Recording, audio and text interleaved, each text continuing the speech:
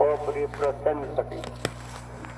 Vice President Maria Leonor Robredo, magandang hapon po sa iyong ma'am. Kung nasaan ka. Former President Fidel V. Ramos, Joseph Ejercito, Macapagal Arroyo,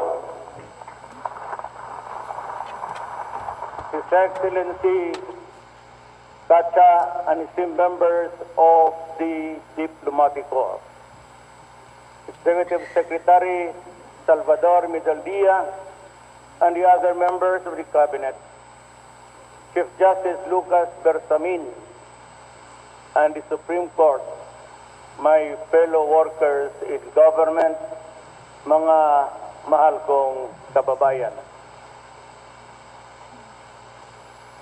Let me begin by extending my hand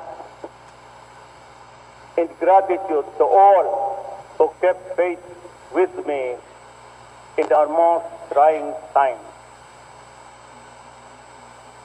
Numbers speak 1,000 words, tell 100 tales, but the landslide victory of the administration candidates, as well as the latest survey result, shows that my disapproval rating is 3%. I hope that the members of Congress, sana hindi kayo included sa 3%, inspires me with determination to pursue relentlessly this approval rating is 3%. I hope that the members of Congress, sana hindi kayo included sa 3%, inspires me with determination to pursue relentlessly what we have started at the start of my administration. Few men imbued with the will and the courage to do what he believes is right and just, and whatever be the opposition in terms of numbers and noise, makes a majority. For it is not the eagle in the fight, but the fight in the eagle that matters.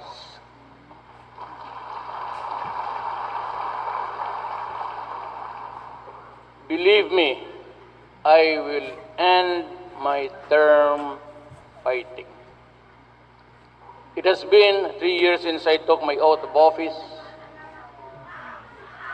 and it pains me to say that we have not learned our lesson. The illegal drug problem persists. Corruption continues and emasculate the courage we need to sustain our moral recovery initiatives. Years ago, we saw the terrible devastation caused by illegal drugs. On May 23, 2017, our law enforcers launched an operation to serve a warrant and to neutralize terrorists. A group of armed men with sophisticated weaponry and aided by local radicalized by extreme dogma and teachings, fought our troops for weeks. During that Marawi siege, tons of shabu worth millions and millions of pesos. Drug money killed 175 and wounded 2,000 and one of my soldiers and policemen in that 5-month battle. I am aware that we still have a long way to go in our fight against this social menace. Let the reason why I advocate the imposition of the death penalty for crimes related to illegal drugs. Our citizens have begun to do their part in the war against drugs and through the barangay formation of anti-drug councils, and also actually surrendering bricks of cocaine found floating in the sea into our islands. I call this responsibility. However, the drugs will not be crossed unless we continue to eliminate corruption that allows the social monster to survive. I respectfully request Congress to reinstate the death penalty for heinous crimes related to drugs as well as plunder. My countrymen, it is a sad commentary that we cannot distinguish our need from our greed, our principles from our prejudices, the real from the fake, and the truth from a lie. The reason is because that many of us, what matters above all is the self. It is selfishness, it's worse for no purpose other than personal aggrandizement. To borrow the language of F. Chanel, Jose, we have not risen above and beyond the parochial interest.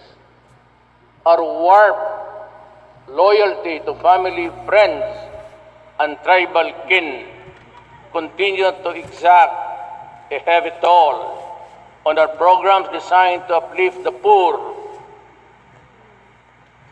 and reassure our investors, our foreign investors, local, and the business sector in this country. The recent uncovering of the massive fraud perpetrated against the public health insurance system proves that corruption is pervasive. Huge amount of medical funds were released to cover padded medical claims and imaginary treatment of ghost patients. I am grossly disappointed. The government is conned of billions of pesos which could be used to treat illnesses and possibly save the lives of many. Thus, I ordered the NBI to arrest and cause the prosecution of those liable. I appointed a new PhilHealth president, whom I know is a man of integrity,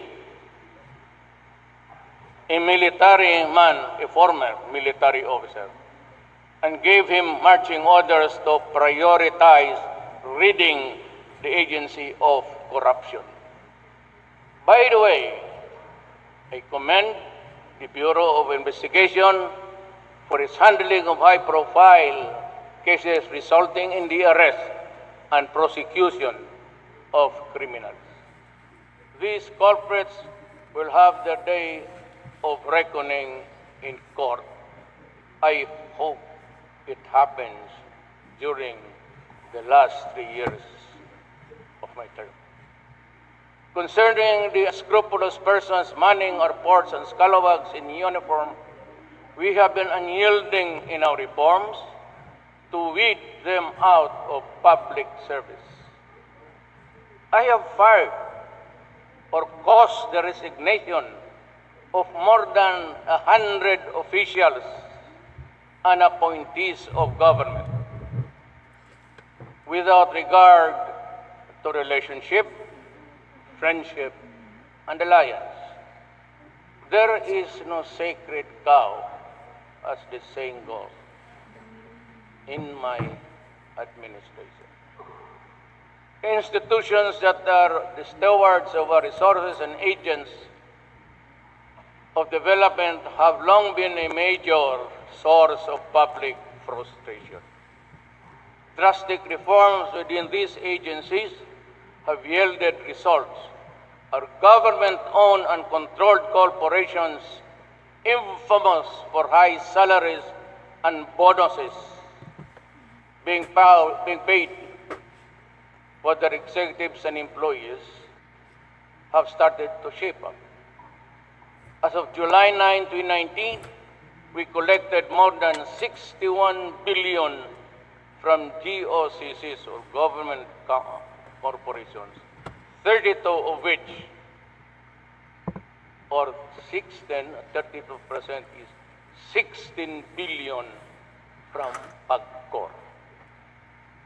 This is more than the 36 billion collected in 2017. My salute to Andrea Domingo.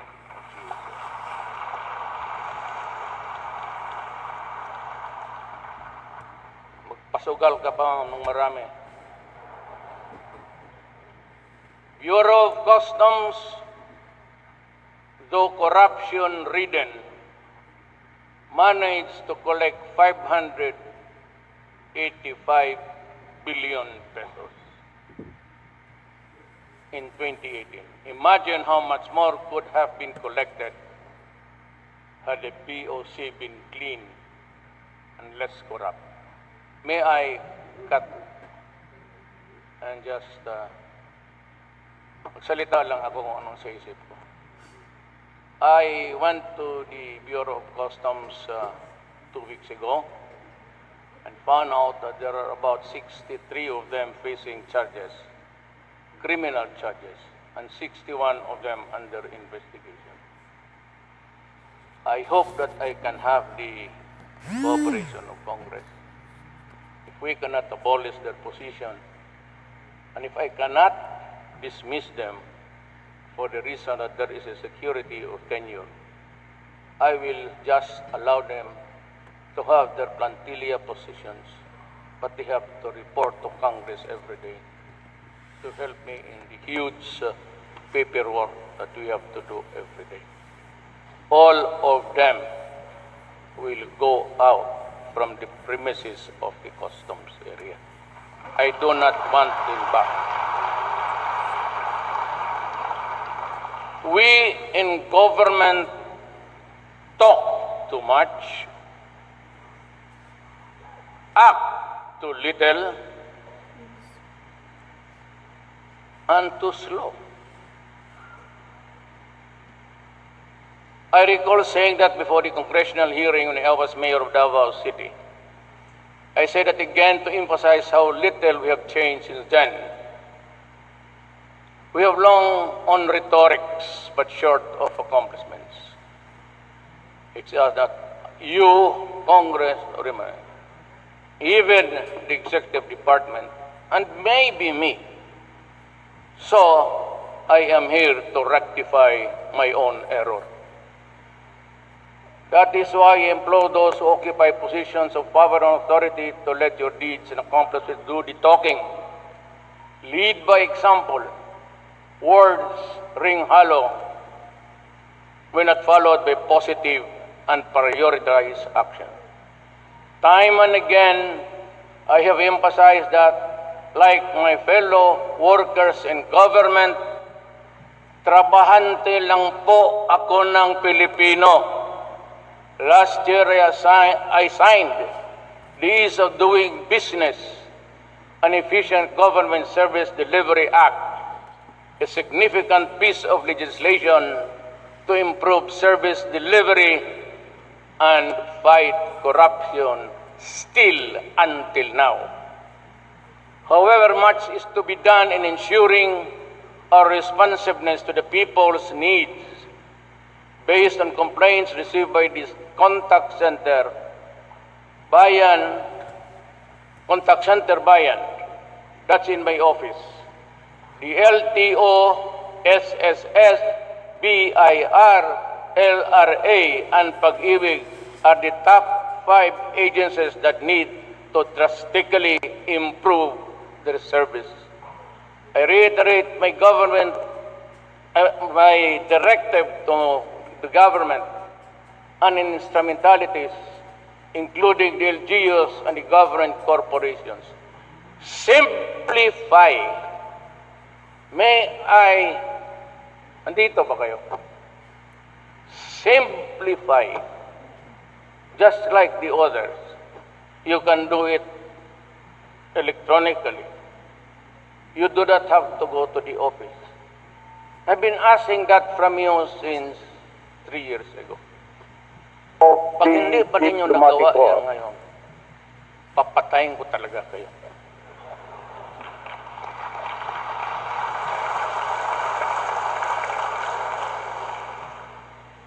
Napupwisit na. Simplify and make your services responsive to client-friendly. Your client is the Filipino, our employer. From where the money in our pockets come from our salaries. Thanks to Executive Secretary Major Dia, we have increased the number of lines from hotline 8888 to make it more responsive to the public. Our ultimate goal is for our people to be freed from using these hotlines because government service and response have markedly improved. Again, ang problema kasi ng Pilipino, I'm addressing now to the Filipino.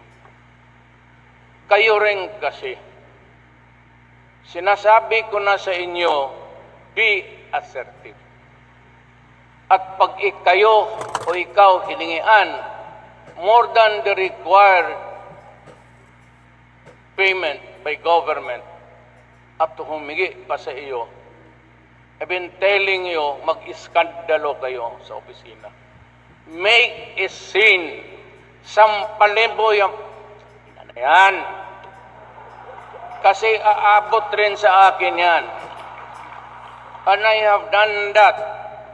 Ako magprangka ako sa inyo. Ako lang ang presidente na hanggang ngayon nagbubugbog talaga ng tao. Yan sa loob ng Malacanang. Pinapakain ko ng pera yung mga yawa na yan. Ikalit na ako sa inyo eh. Kindly be assertive. Pag kahiningihan ka, sabihin mo, ina mo, sabi ni Duterte, the President told us, that if you extort money from me, I will slap you. At sampalin talaga ninyo. Di na bali magkaaway, I will defend you. At kung maari, and this is what I've been doing all along, there's an 888. Be sure that it is true. Though you are not liable for libel, pero wag naman yang makasakit ka ng kapwa-tao na wala namang kasalanan. 888 then placed to President Duterte, abuses by director asking for money. Text mo, lalabas yan dyan. And that is for the public to view. At kung totoo, Malacanang, I said, is open 24 hours. 24 hours, basta corruption. And that is why that fiasco about the frigate ni Trillanes was because yung Koreano na napagbili ng barko to sold the ship to the Philippine government, wala pa hong delivery. And it was there already ready.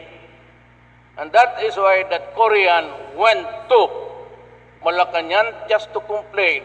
Why is it that there is no request for delivery?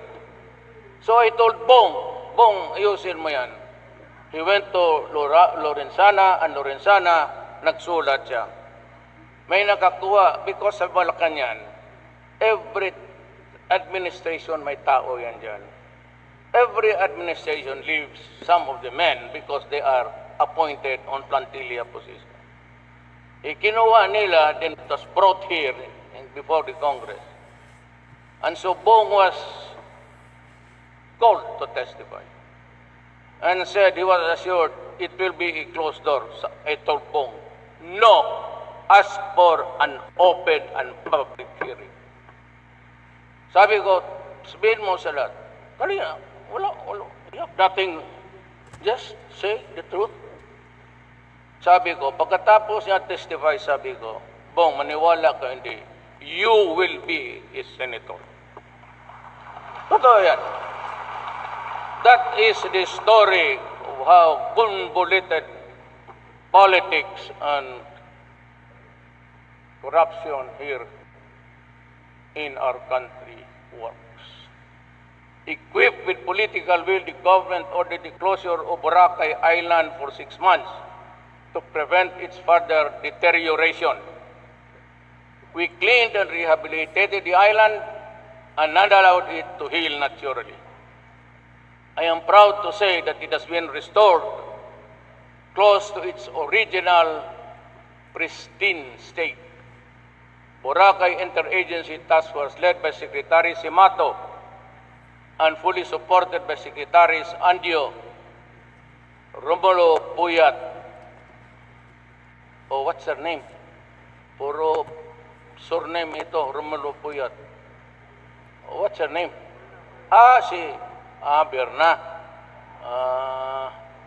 Berna Romulo Puyat, Belo and Villar, and the TESDA Chief Mamanjong for this huge success.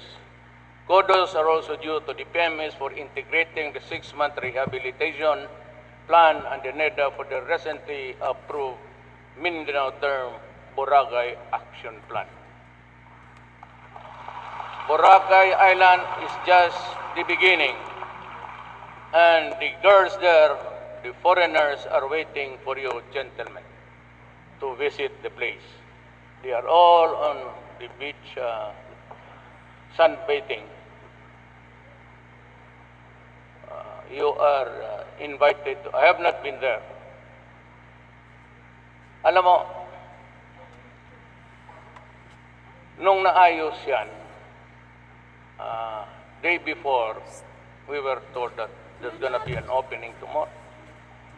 So on the TV on that day, magandang hapon, showed a lot of bantings and banners. Salamat, Duterte, ano pagkatao. So when I saw it, I called the military and the police, remove the bantings. I am not going there. No need to really advertise. I am paid for what I'm doing.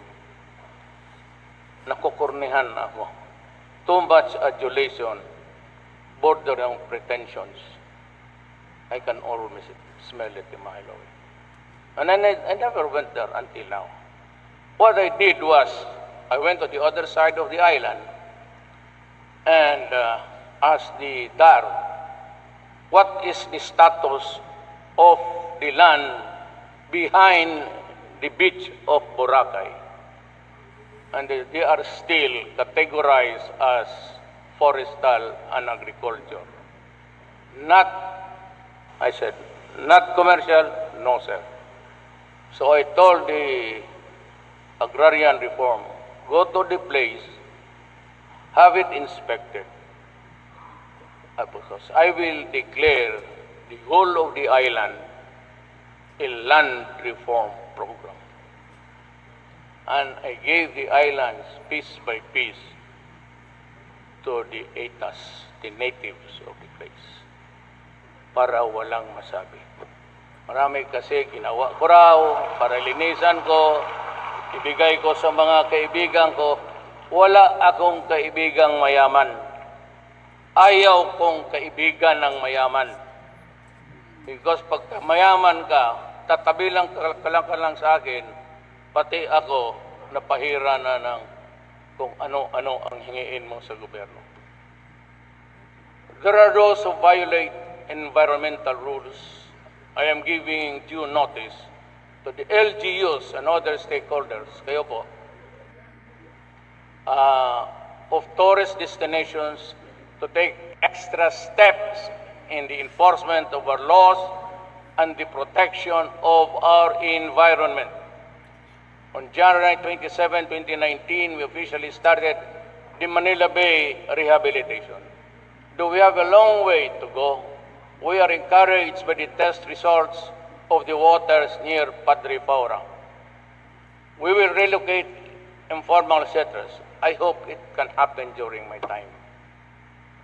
Along the waterways and shut down establishments that continue to pollute and poison our waters. Make a choice. I'm going to the... Malaki ba yung building dyan? I'm going to dismantle your building or just simply burn it down so that we can have a new setup of environmental friendly, whatever that means. So the Build program in emerging economic hubs outside Metro Manila is will swiftly gain ground thanks to the efforts of the economic team led by Secretary Dominguez. Hard at work in the interconnection of our islands and cities by air, land, and sea are Secretaries Tugade and Villar. Alaman naman ninyo, magaganda na ang airport ninyo. Inuna ko nga kayo. Everybody's complaining about the Davao Airport, and I said, Davao will be the last. Kung hindi na maabutan, sabi ko mga taga-Davao, pasensya na kayo. Para walang masabi ang Congress sa atin, baka nga 3% sila doon sa kabila. We also paved the way for the entry of third telecommunication provider. Do not worry about this. There is no corruption at all. I guarantee you, upon the grave of my father, I do not talk to them. I just say, just do your work. And kung maaari, according to what the specifications are required by this government. I challenge this new player to fulfill its commitment to provide fast and reliable telecommunication services to our people, especially in the underserved areas. DICT Secretary Hunasan will be the lead man in this endeavor. I hope he is here.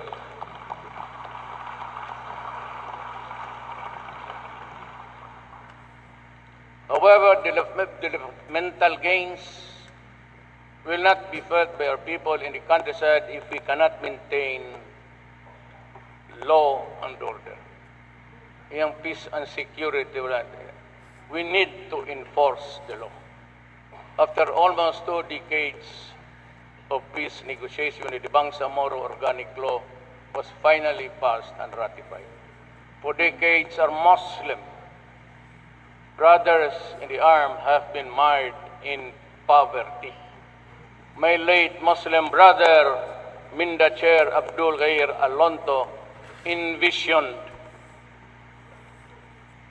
a progressive, peaceful, and united Mindanao during our lifetime.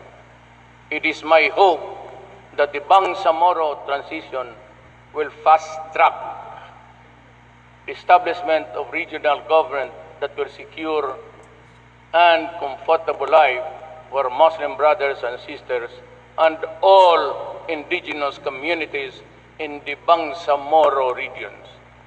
Additionally, I have taken the helm of the National Task Force to end local communist armed conflict and have assigned a cabinet member to each region to harmonize government efforts in attaining national development security. Through the exceptional leadership of Secretary Briones and the DepEd, I am proud to say that this year more Filipino learners are receiving basic education with over 27 million enrollees from kinder to senior high school.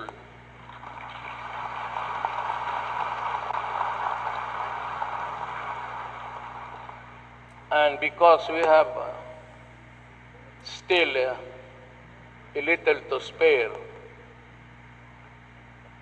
the fastest population growth, one of the is the Philippines.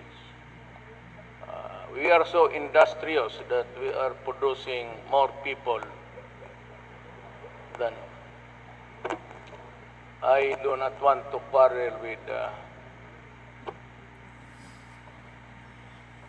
the religious, but more than 823. Sorry, but it's not good. For the suot ko lang to pag minsan-minsan. Out of school youth and adult learners were able to access non-formal education through the alternative learning system for our national sports development.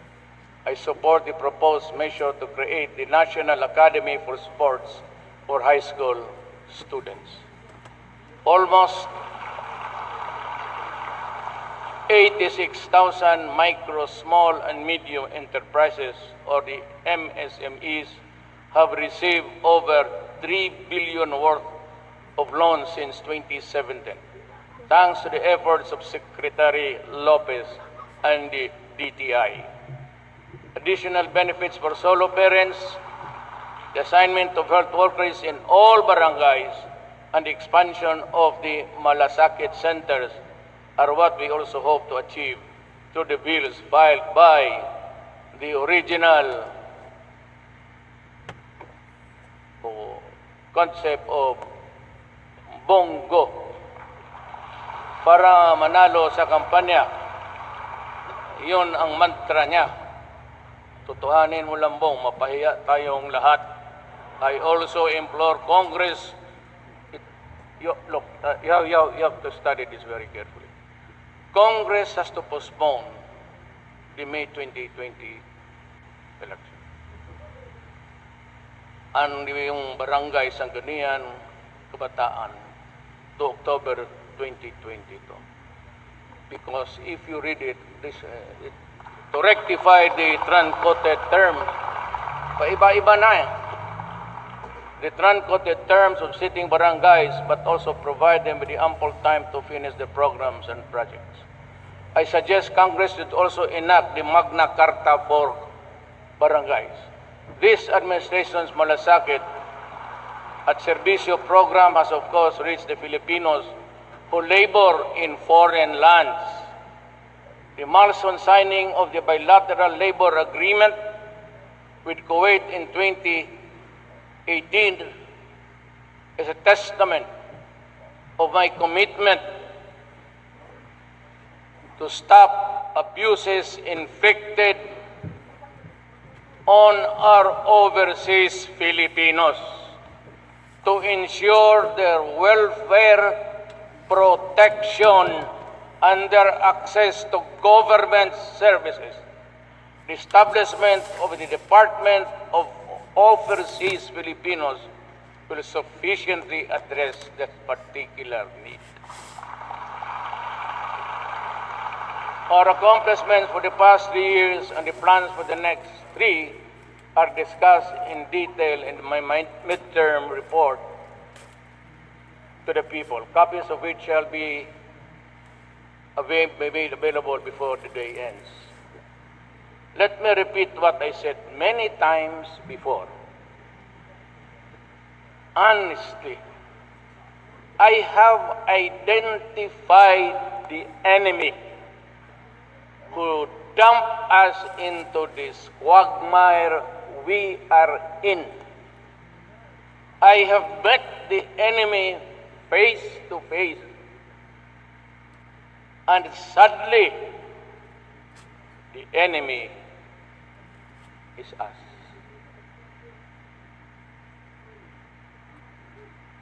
We are our own tormentors, addressing the Filipino people.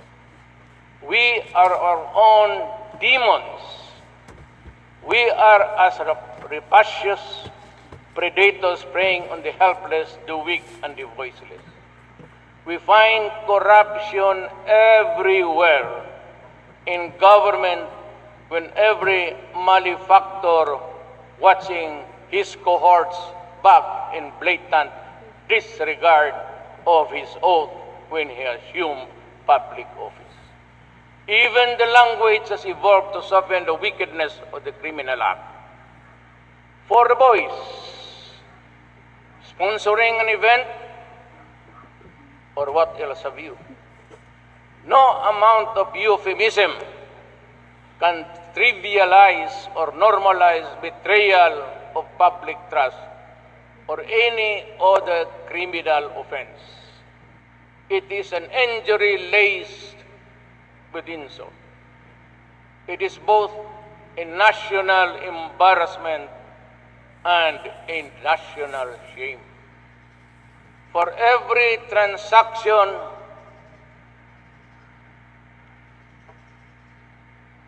a commission. For every action, extortion. And a request that goes on endlessly and shamelessly. Catharsis is what we individually and collectively need to do today. Not tomorrow, but today. Self-purgation, followed by the resolve to do what is right and proper, is good for the nation's health. Let me ask you, when will corruption end? Kailan ba talaga ito ang kailan? Well, I don't know. I've been in with government for almost 35 years now. I'm not singling out myself. It's the entire gamut of our system. Corruption exasperates. It frustrates. It is also exasperating that there are times when I think that perhaps it is blood that we need to cleanse and rinse away. The dirt and the muck that stick to the flesh like leeches. Of course, it is only a thought. I am simply thinking aloud to dispel any controversy that my statements in this regard will create something else. Words of Pedro Guerrero, who said, "Sometimes they write what I say, and they write what I say and not what I mean." So yung mga papurga-purga lang yan. I use similes, metaphors, hyperbole, and other figures of speech every now and then to prove or stress a point. I am as human as anybody else. On the matter of the Philippine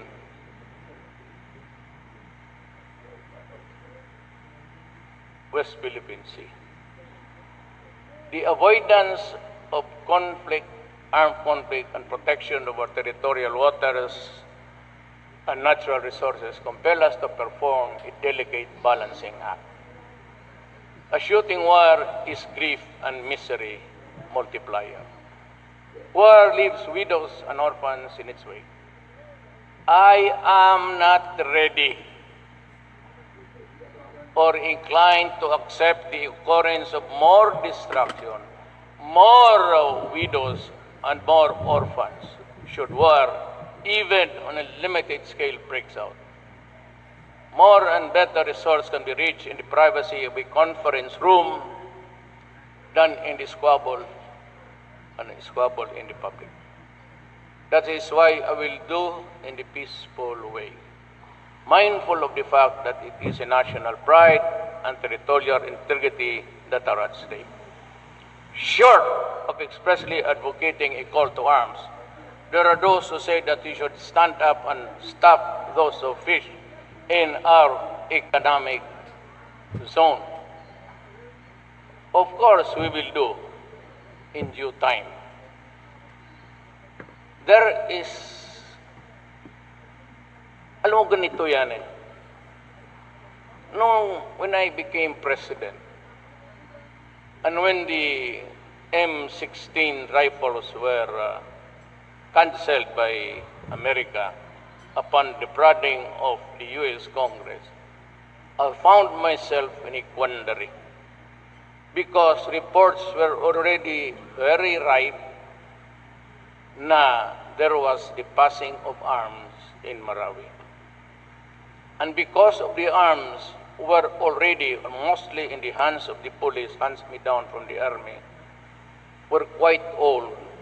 And sometimes the bolt that pushes the bullet flies out, and the barrel has really become loose, and there are no more lands and means to push it into a circular trajectory to maintain its accuracy. So I was forced to go to China. Di mabutit na lang na masabi ko sa inyo to. Then in China, we had a bilateral. I brought along the military man, Anyo, the chief of staff then, and all of them. Lorenzana, Esperon, National Security. In that meeting, I said, the cabinet members were there, I want to go to my territory to dig oil. That's the word. I dig. Because that is ours. Ang sabi ni President Xi, well, you know, there's a conflict there. Do you think rather than go there and have a confrontation, not necessarily degree ships, warships, but you know, a squabble there could lead to something else. So we just became friends, and perhaps we can talk about this, but not an outright precipitate move, because, you see it softly, it can mean trouble. If the trouble comes out from the mouth of a president of a republic, anong magawa mo? So, what did I answer? Well, then maybe, sir, we can talk about this some other time. But definitely, before I go, we must talk about the West Philippine Sea.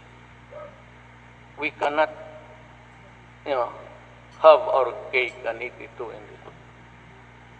You know, I cannot go there even to bring the Coast Guard to drive them away. China also claims the property and he is in possession. Yan ang problema. Sila yung in possession and claiming all the resources there as an owner.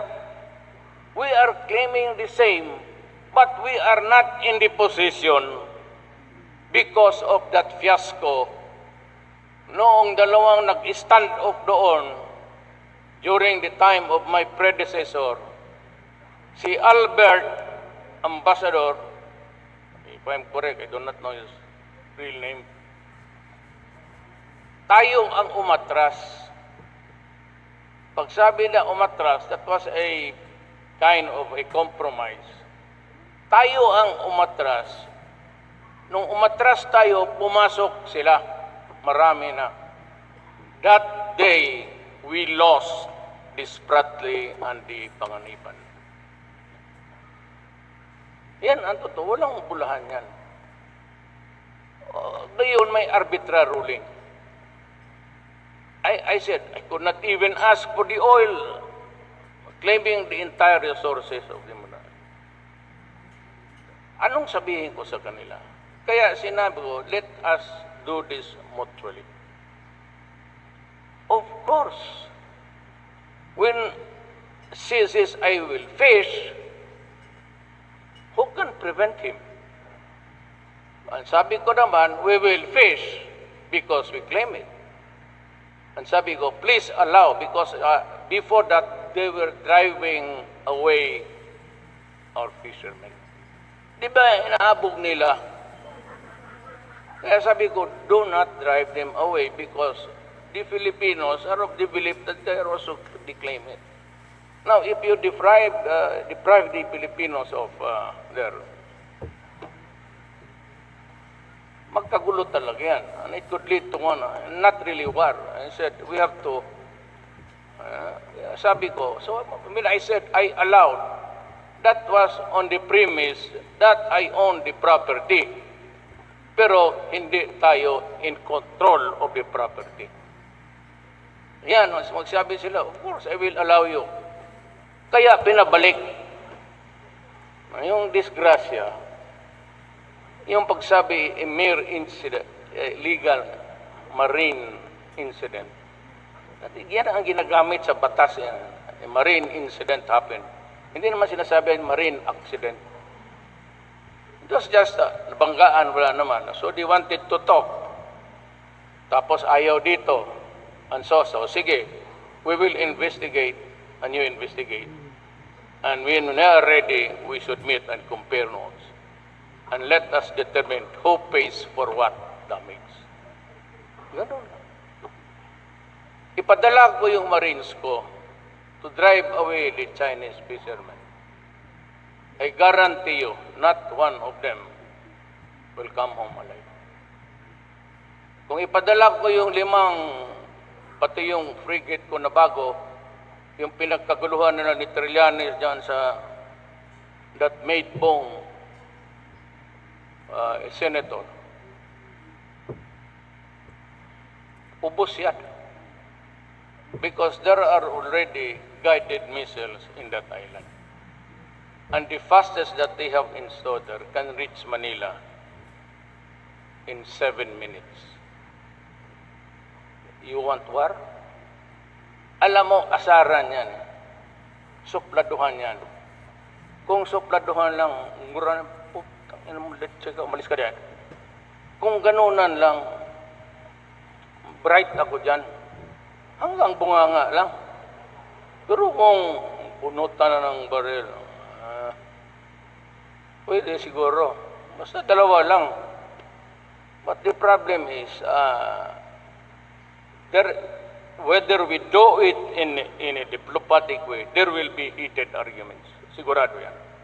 We do it in a confrontation doon, we try to drive them away, it could lead to a violence. Anyway yan. By the way, the President answered when I said, I will dig by oil the first time I went to China. Nakita ko yung tao. So you can more or less draw a profile of his. Please do not do that because there will be trouble. Ano magagawa ko? I go there as the fisheries.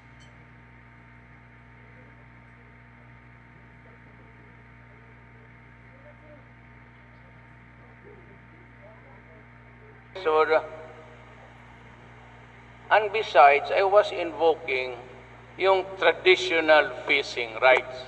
It is in that arbitrary ruling. Ayaw lang ninyo gustong tignan.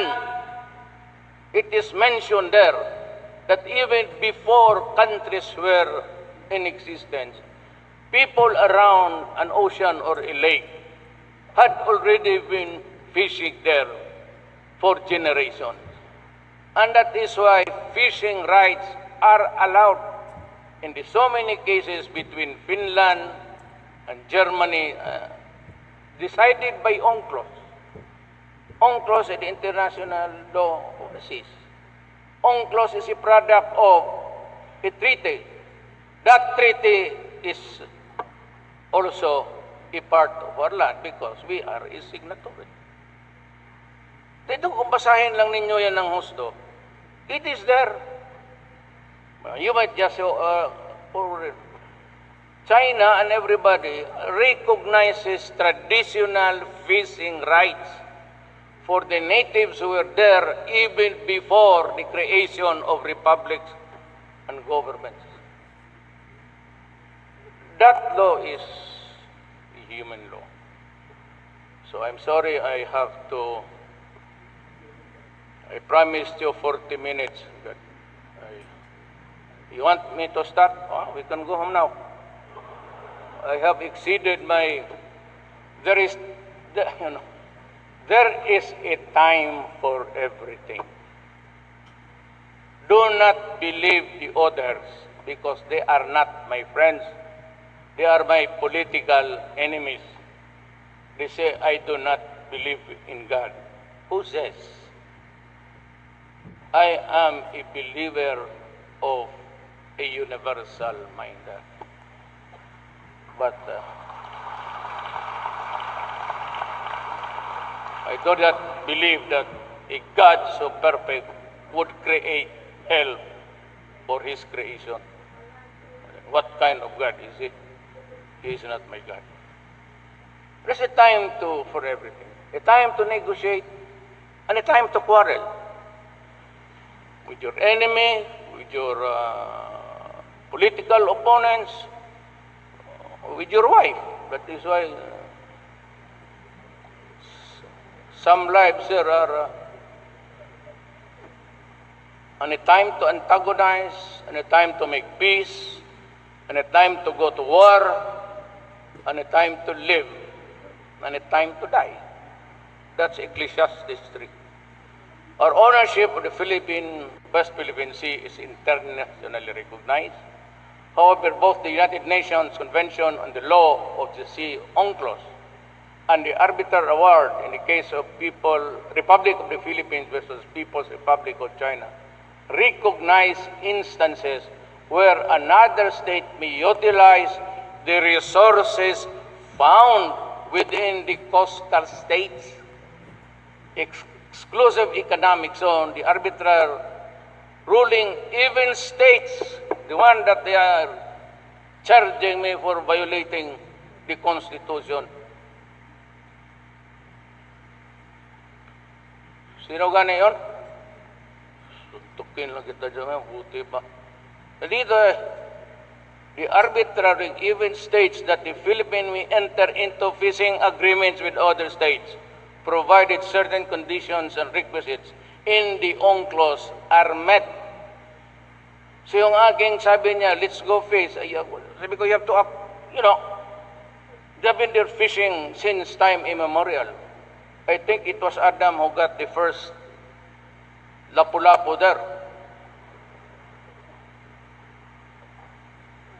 Let me assure you that national honor and territorial integrity shall be foremost in our mind. And we may take next steps in the smoldering controversy over the lines of arbitral ruling. The West Philippine Sea is ours. There is no ifs and buts. It is ours, but we have been acting along that legal truth and line. But we have to temper it with the times and the realities that we face today. Poverty incidence fell from 27.6% in the first half of 2015 to 21% in the first half of 2018. The most important number, though, is the 6 million Filipinos we need to pull out from poverty. Kindly help me on this. And you know, as I said, corruption is everywhere. You are free to investigate. I don't take offense. If there is anything wrong in my department, the executive, you are free to open the investigation anytime. You do not have to call me. Call the idiots, expose them, and send them to jail. You are helping. Do not be, I am not, I've been a prosecutor. I know how it works. Feel free. Feel free to expose anything that is not in accordance with law. We have pursued tax reforms to fund our poverty reduction programs. I therefore implore Congress to immediately pass Package 2 of the Comprehensive Tax Reform Program, or the Trabajo Bill, which shall gradually lower the corporate income tax and rationalize the unimproved fiscal incentives. It will energize our MSMEs and encourage them to expand their business and hopefully generate, I'm missing the word hopefully, para sabihin na you're all talk, hopefully 104 million jobs in the coming years. The MSMEs hold the promise of raising a lot of the Filipinos. I therefore believe that it is now time for Congress to approve a new version of the salary standardization law. Ngayon na. And to the teachers, alam mo dito, who toil and work tirelessly to educate our young. Kasali na po dito yung hinihingi ninyo. Hindi naman masyadong malaki, pero it will tide you over during this hard time. A little bit bigger than before. This is intended to increase salaries of national government workers, including teachers and nurses. I am also asking Congress to pass the remaining packages of my administration's tax reform program and the bills that would further raise excise tax on, very good, let us do it, tobacco and alcohol. Sinong naninigarilyo dito? They should be exterminated from the face of the earth. They are the ones, you know, I do not hide what's wrong with me. I acquired Burgess disease because I smoke. But I made it a national policy because, you know, when I was new mayor, I went around to see the discos and nightclubs. I could hardly see the faces of the people inside. You have to wade into a thick smoke to just recognize one. So that was when I decided. But I was still smoking. But I decided, because I knew, I already had it. It's time. Sabi ko. And in national law, para lahat na, that at 12 o'clock, everything closes. I'm not trying to pull it here. Mine was that 2 o'clock noon sa Davao. It was 2, then I reduced it to 1. When the boxing mayor there became mayor, she reduced it to 6. Walang order, no orders in advance. So we have ordered already, so you can close, but we have to drink. Itong ngayon, at 12, everything closes down. Nobody works. So I think that we should adopt it. Most of the states, in many states, in many countries, ganun ba? Alas 12, sarado na talaga. We have to stop drinking. And jukebox, they're only good up to 8, 9. 8 maganda.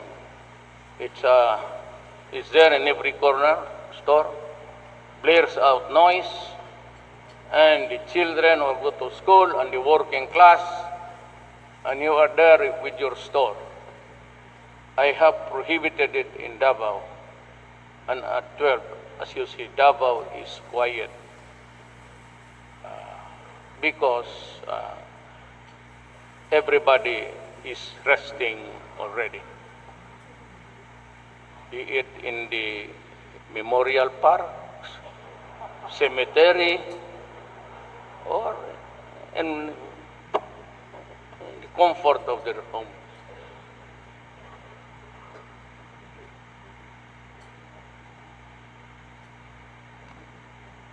The evaluation system has also to be improved. Local government units and rationalize capital income tax. I urge Congress to review and pass the government right-sizing bill to reconfigure the existing Metro Manila-centric bureaucracy, streamline government systems in order to deliver services without delay and within a short timeline. These reforms would be for naught if we cannot avert of a new poor every time a disaster strikes. The Philippine experience has shown that natural disasters and are poverty creators. That is why we need to hasten the establishment of the Department of Disaster Resilience so that this department focus on the natural hazards and climate change. I urge Congress to fast-track the passage of the administration of this bill, administration version rather. In 2017, I reminded all of you of the probable consequence of a catastrophic earthquake in Metro Manila and its surrounding provinces. Since then, I have established a project management office for the earthquake resilience and the greater Manila area to implement two-pronged strategy on earthquake resilience and mitigation efforts.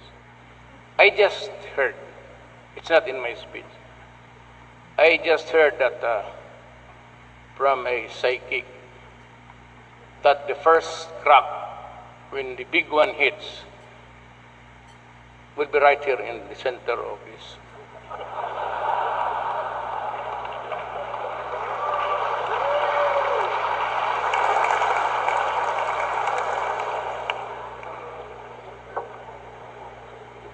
Yan man ang sabi nila. Philippines is so corrupt, it's so lousy, that if you kill all congressmen, senators, and the president, we will have a new day. So I pray that if the earthquake comes, it comes now, this moment. Kompleto na tayo. May madamay pa tayo doon sa harap. We weathered one damaging effect of climate change this year. The El Nino wreaked havoc in the agricultural sector and caused water shortage in the greater Metro Manila area. We need to pass bill creating the Department of Water Resources and Water Regulatory Commission. Alam mo, the agencies and the guys that are handling the entire water work system, you have to change it immediately. You know what, there was this 3-day no water. I was in Davao. So everybody was complaining. And I was even afraid to come here because what if my girlfriend will not be able to take a bath? She will smell like hell. So I said, I'll wait for the water to wash her. Alam mo kung hindi ako nagmura, kung hindi ko sinabi, did when I arrived in the morning, there was water. And my girlfriend was fresh.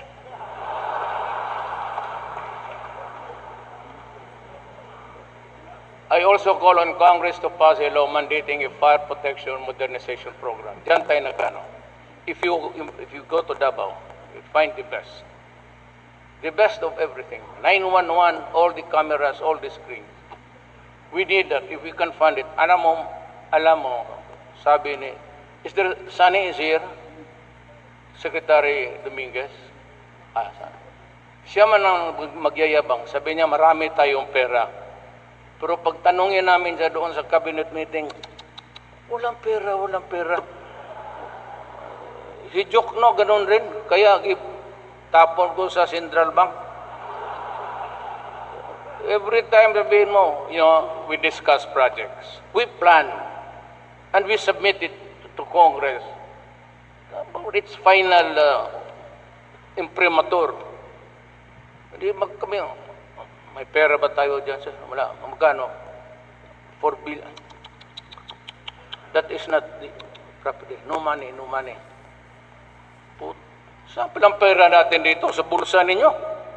Maraming koleksyon natin dito. But SONA says that we can fund. This one we have to answer. Now, I would like to remind, pagbigyan na lang ninyo ako para man ito sa lahat.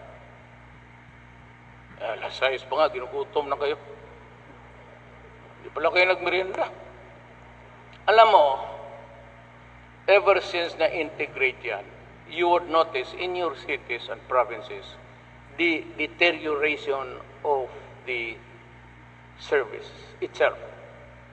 Wala nang mga truck, luma na. And would you believe it, in Davao City, I'll show it to you.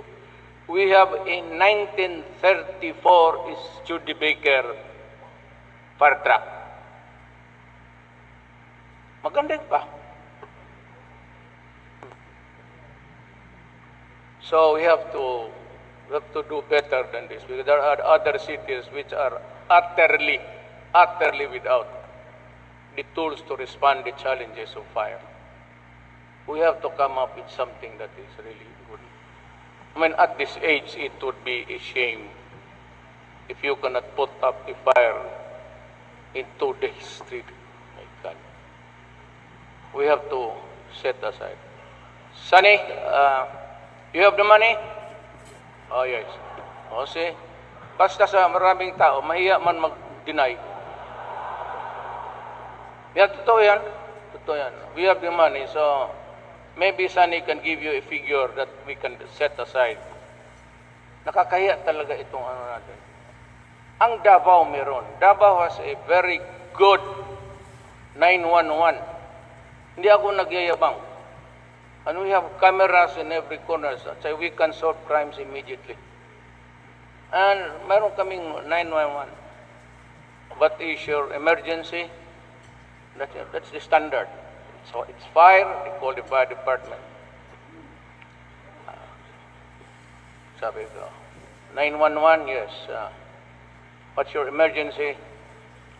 I seem to have lost my girlfriend since. We know you, Mayor. You go back to Manila. There are plenty left there. Go.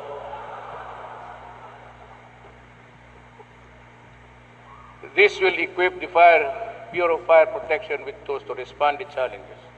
I further ask Congress to urgently pass the National Land Use Act or LUA within this year. Pakilang po. So that we can proceed with the new, we can meet the demands of the new investors coming in. Ang lupa natin ang problema eh. A science-based national land use plan would serve as basis for the LGUs in crafting respective development plans and help disperse economic activities to the countryside. The dispersion of economic and business activities to Visayas and Mindanao is not just a campaign promise, it is an economic imperative and a key to our country's sustainable and equitable development. We will encourage investment to develop the rural areas and Metro Manila and other mega urban areas. Let me cut here. Total, maliit na lang. I would just like to remind everybody, no offense intended to the mayors and governors, to the local government. Pero yung style ninyo na it takes about 3 days, 4 days for the employees of a certain company, store, or whatever to go back and forth, back and forth. When they go back, you have in your regulation. He gets it, he secures it, then when he goes back, saying, oh, there's still, you have to follow, you have to get this paper. I will tell you now, Hindi ako nagyayabang. In Davao, it's 1 hour. Unless there is a need for ocular inspection. I am directing you publicly. Mayors, I am directing also the DILJ, Secretary Anyo of the local government, to see to it that this is honored. All clearances, permits, emanating from your office that would need also your approval must be out at the very least within 3 days. You do not do that, I am directing si Secretary Anyo. Si Sir, nandito ka? Secretary Anyo, the former Chief of Staff, is also a military man. I want 3 days, unless there is an exceptional reason. 3 days, para hindi na magpabalik-balik, kasi dyan ang tirahan eh. Pagdating doon, mayroon namang hingin, padodong mo hingin. Kaya say the Filipinos, if it is done to you, I'm telling you, slap the guy, create a scene, create a scandal, because that incident, however little, will reach me. And if that does, you can be sure, if I do not call you an idiot, I will go there myself. That is a promise, that is a pledge. Make it a part of my oath of office. Lahat kayo dyan, pati ang easement, well, under Villar, okay na. Pero yung easement, $1 billion, billion peso. Well, if it's a foreign company, it's $1 billion thing. Ganon yan, pabalik-balik at hindi binabayaran. That's why nagpatong. If all monies and revenues due government are collected in good faith, marami tayong pera. I'm telling you as President, marami tayong pera para extra money to uplift the mass of Filipinos who are suffering. Baski hospital lang. And housing. Jobs, it's the economy that runs it. If the economy is good, more jobs. But in the meantime, itong hospitalization, education, the basic things, saka itong relocation. Bawa talaga. Kung makulikta lang natin, hindi makurap ang pera, marami tayong pera. Kaya ako nagsabi, that's why I you know, I will make it public. I was a denying Filipino. I gave it to a group of people. Tapos, nagpabidding sila. Ang nagbidding nila is to allow a gambling casino to be erected there inside the Nayong Filipino. Kaya ako nagsabi, anong kahulugan ng Nayong Filipino kung lagyan mo ng sugalan and without a bidding? You know, nandiyan na yung mga general, they're there, Chief of Staff. Kasi paggaling doon, pumunta ako sa command conference. Pagdating ko sa command conference, may pinasa si Sane, ghost delivery sa AFP Hospital. Galing pa ako doon. When I was facing the military and police, sabi ko, look, I thought I had my back covered by you. If I cannot trust you, you better tell me now. Because if you, the commanders of the Air Force, Army, pati Albayalde and the Navy, I will step down now. I am residing. I'll go back to Davao. You do the explaining to the people why. Ginanong ko talaga. And even of the cabinet meetings, ganun rin. There was this 2-year, pabalik-balik na yung back and forth for papers was sitting on their ass of paper.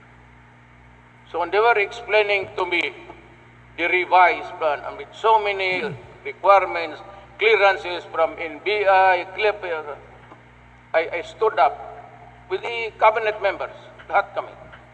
And the cabinet meeting said, stop. That idiotic matrix is not for me. That is intended for the next, maybe the president after the next. Lumabas ako, sabi ko, inyo na yung gobyerno ninyo. Sabi ko, wala ako I'm tired. I'm tired and talagang gusto ko na rin mag-resign. But I'm not happy anymore. Sabi ko, anytime, the military said, we want to have, if you want to take over Kudita, go ahead. Do not bring your armors, do not bring your weapons here. Call me and we'll have coffee. I do not believe. I think Marcos and Estrada were correct. That they did not allow kasi yung gwardiya dito pareho yan. Lahat sila dadaan yan sa presidential command. All of them will be assigned. Mag-iikot yan sila. A taste of everything. Hanggang Mindanao. Kaya kilala ko yan sila lahat. Dumaan ng Mindanao. Sabi ko talaga, inyo na. Ayaw ko na. Sabi ko, sige, sinong gusto? Raise your right hands. I, duly appointed member of the junta, will now make the SONA next month. Bahala kayo dyan. Don't we threat them about it. If you think that you can run the country better than the elected one, go ahead. That's not is the problem of the Filipino people. At talaga sa cabinet kaya abutan ako ng tupak, magbaba dito ako ngayon, bahala na kayo. I'm going home. One estimate pegs economic losses at 3.5 billion a day due to traffic congestion in Metro Manila. So meantime, I reiterate my directive, my request, my pleading to the MMDA and all concerned local officials in Metro Manila and other cities to undertake immediate action to ensure the speedy and smooth flow of vehicular traffic. Reclaim all public roads that are being used for private ends. Marami dyan. And again, I ask Secretary Anyo to see to it that this is enforced. If there is a mayor or a governor or kung ano sino kang demonyo ka, i-suspend mo, Sir Anyo. Give him time, and if he cannot, if he is not up to it, then papahingayin mo na lang. Suspend mo na. Wala talagang magawa. They just keep on pleasing their own constituents just because he is a constituent, a leader. Ganun kayo eh.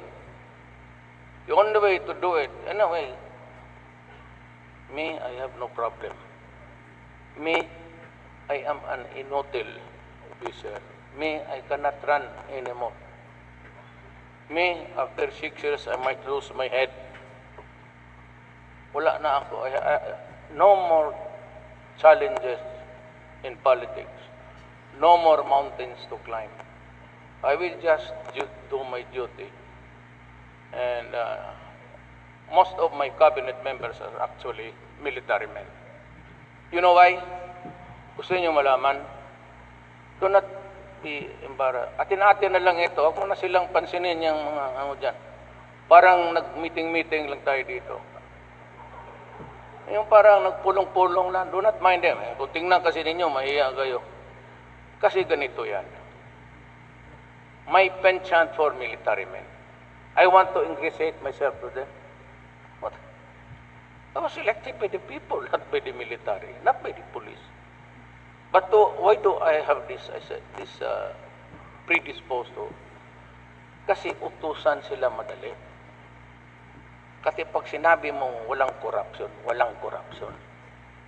Kaya lang, ang military, just like any organization, pag ang top dyan, general o ang commander-in-chief, corrupt, kukorrupt din lahat.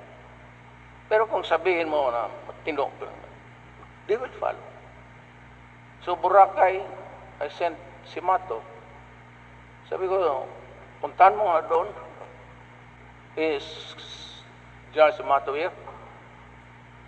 Si Roy? Yeah. Ito si Roy, nakilala ko to sa Mindanao. Hindi ko man niya kilala, Mindanao. Na-mayor kasi ako 23 years. So all of them passed by Mindanao, kilala ko. Pag inutusan mo, kaagad.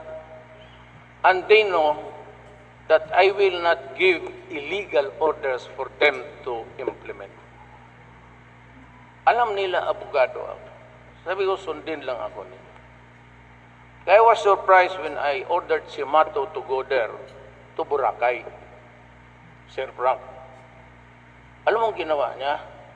The next day, lumabas siya doon sa Daily Mirror. Naglalakad siya doon sa beach. Naka-t-shirt ng blue.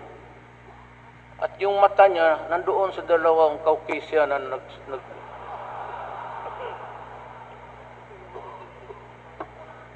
Goddammit sa Mato. Akala ko ba inutusan kita? Yes, ano? O bakit ka nagpalakad-lakad dyan sa beach? Tingnan mo yung nagkabikini na dalawang puti. Sa napadaan lang ako, sir. Kuya, trabahuin mo yan, ha? And they did it in 6 months' time. Of course, with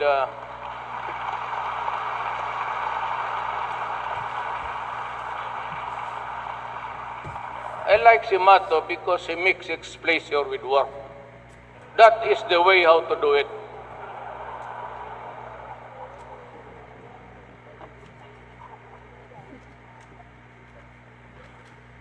I give you until the last week of the year, yung September na, to do this. Clean the LGUs. Walang mangyari dito. We shall continue to invest in the countryside through agricultural programs that will increase the productivity and income of small farmers and fisherfolk. We shall ensure the full implementation of the rice tariffication law, including the Rice Competitiveness Enhancement Fund. This will safeguard the livelihood of small farmers through provisions of modern farm equipment and machineries, seeds and credit, and extension services. I also have not forgotten my commitment to uplift the lives of coconut farmers and further develop coconut industry until the through the urgent utilization of the Coconut Levy Fund. That is 100 million. Kaya ako very careful until now, wala akong nakuha. Look, it is really hard to look for an honest man. I must admit it. Baka ako hindi ko rin kaya. I do not have that. Itong Coco Fund na ito yung naiwan sa yung kay Marcos na levy fund. This is secret money. This money was taken out of the pockets of the Filipinos arbitrarily. Wala kang magawa ni Marcelo. Ito na yan. Kaya itong Coco Levy Fund, kung sabihin mo lang, tamang Supreme Court, hindi mo pwedeng maibigay, sabi mo sino, you can no longer trace the truthful owner of the land. Ang plano ko, kung gusto ninyo, you save the money. You invest the money, mag-abot yan ng mga more than 100 billion. Ilagay na lang ninyo ng trust fund for the government. So, mga 5 billion. Ayun na lang ang gastusin ninyo to reserve the money. Rather than do it parang sprinkle na ibigay mo sa mga tao, you cannot, sabi ng Supreme Court, tama sila, you can no longer trace the genealogy of the owner, the original owner. And sometimes it would be. I will not act on that until I find the man. Wala pa akong nakuha. I have yet to look for the man. Hanggang ngayon naghahanap ako, wala akong nakita. Kasi malaki ito. And this will, you know, if you assign a corrupt idiot there. Kaya ang gusto ko, o baka nagustuhan rin ninyo, ideposito ko na lang. Let it remain as a remembrance to the people who lost their at that time. Tapos yung 5 billion, yun yung to improve the improvement sa replanting sa coconut. 5 million, that's a big money. Pero kung ibigay mo, let it sprinkler, walang mangyayari. Yung magtigabigay, kukuha yan. Yung pupunta. That's why itong langbank na ito, pag hindi ito na, you're called land bank. But you are now the #1 commercial bank in the Philippines. What the heck is happening to you? You are supposed to finance agricultural enterprises and endeavors. Bakit wala? Bakit? Why can't you just buy a few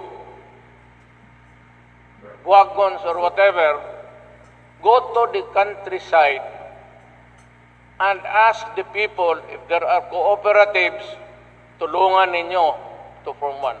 Pag wala, tignan ninyo na maibigay ninyo for replanting of the coconut, to revive the coconut industry. Pahiramin ninyo ng pera plus the money nung sabi ko of the coconut levy. That is sacred money. Land bank should go back to land. Why are you mired in so many commercial transactions? Bumalik kayo where you were created for. And that is to help the farmer. Ilang administration na wala. You better decide on that. I will give you until the end of July to give me a plan. Or else, I will ask Congress to reconfigure you whatnot. Wala kayong... I'm asking now, Congress, pag wala sila, if there is no viable plan for that, for the farmer, and it is just all commercial transaction, I try to abolish it and give the money to the congressmen for their development funds. O mas makatulong ba? Diretso eh. Ayaw ninyo? Ayaw doon nila, Sir Frank. Mura lang galawin.